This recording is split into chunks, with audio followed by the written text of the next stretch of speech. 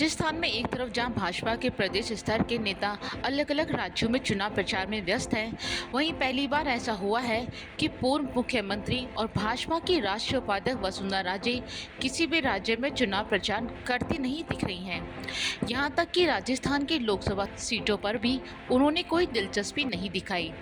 सूत्रों का कहना है कि इसके पीछे की कहानी ये है, राजस्थान भाजपा ने राज्य का किसी भी सीट पर कोई दौरा नहीं बनाया, जबकि प्रदेश अध्यक्ष, महामंत्री, उपाध्यक्ष, सचिव और प्रदेश के प्रवक्ता तक दूसरे राज्यों में प्रचार में लगे हुए हैं।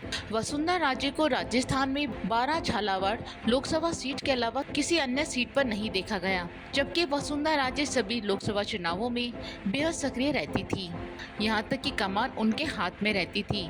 राजस्थान में जितने भी चुनावी उड़न खटोले उड़ते थे, उसमें वसुंधरा राजे की सभाएं और रैलियां शामिल रहती थी, लेकिन इस बार वसुंधरा राजे लगभग गायब रहीं। राजस्थान में लोकसभा चुनाव के लिए 2 चरणों में मतदान हुए।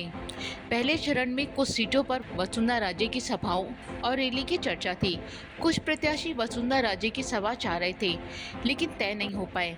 दूसरे चरण में खुद झालावाड़ में मतदान था, इसलिए राजे वहां खुद अपने बेटे की सीट पर डटी रही। हालांकि तीसरे चरण में मध्य प्रदेश, उत्तर प्रदेश, महाराष्ट्र में राजे को भेजे जाने की तैयारी थी, लेकिन वो भी नहीं हो पाए। वसुंधरा राजे के दौरे न होने पर अब राजनीतिक गलियारों में इस बात की चर्चा जोर पकड़ने लगी है।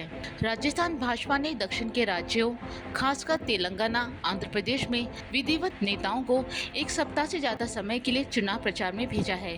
भाजपा अध्यक्ष सीपी जोशी उड़ीसा में पूरे 1 महीने से डटे हुए हैं। पश्चिम बंगाल में 1 मंत्रियों को लगाया गया है।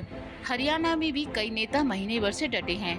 भाजपा महिला नेत्री भी दिल्ली और यूपी में भी ड्यूटी पर लगाया गया है, लेकिन वसुंधरा राजे को फिलहाल चुनाव प्रचार के लिए नहीं भेजा गया है। ऐसे में सियासी गलियारों में चर्चा होने लगी है, क्या वसुंधरा राजे को पार्टी आला कमान ने पूरी तरह से साइड कर दिया है या वसुंधरा राजे खुद साइड हो गई हैं? अब ये तो आने वाला वक्त ही बताएगा।